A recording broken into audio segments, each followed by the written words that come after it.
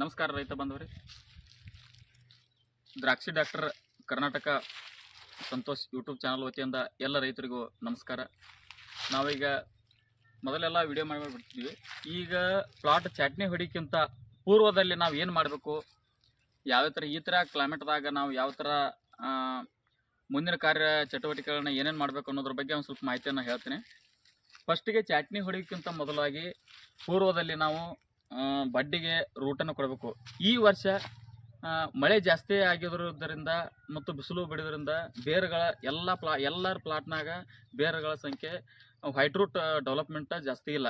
ಆ ಉದ್ದೇಶಕ್ಕಾಗಿ ನೀವು ಬಿಫೋರ್ ಚಾಟ್ನಿ ಹೊಡಿಯೋಕ್ಕಿಂತ ಬಿಫೋರ್ ಒಂದು 10 ದಿನ ಅಡ್ವಾನ್ಸ್ ಫಾಸ್ಫರಿಕ್ ಆ್ಯಸಿಡು ಮತ್ತು ರೂಟ್ ಕೊಟ್ಟರೆ ಒಳ್ಳೆಯದು. ಎಷ್ಟು ರೂಟ್ ಇರುತ್ತೋ ನಿಮ್ಮ ಪ್ಲಾಟ್ನಾಗ ಯಾವುದೇ ಥರ ರೋಗ ಬರೋಕ್ಕೆ ಚಾನ್ಸಸ್ ಕೊಡೋಂಗಿಲ್ಲ.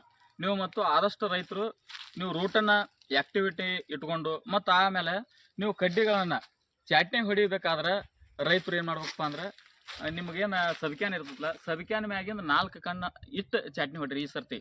ಯಾಕಂದ್ರೆ ಮಳೆ ಆಗಿರೋದ್ರಿಂದ ಗರ್ಭ ಸರಿದಾಡಿರ್ತೈತಿ. ಸರಿದಾಡುವ ಉದ್ದೇಶದಿಂದ ನೀವು ಇಲ್ಲಿಗೆ 2 ಕಣ್ಣು ಇಟ್ಟು ಹೊಡ್ಕೊಂಡ್ರಂದ್ರೆ ಹೂ ಬರೋ ಚಾನ್ಸಸ್ ಕಡಿಮೆ ಇರ್ತೈತಿ. ಆದಷ್ಟು ನೀವು ಜಾಸ್ತಿ ಹೂಗಳನ್ನು ಕಾಯ್ಕೋರಿ.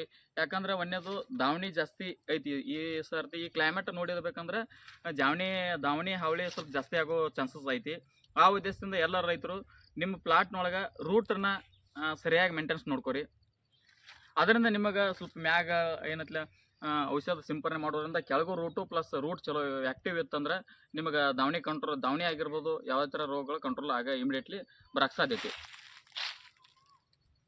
ನಮಸ್ಕಾರ ರೈತರು.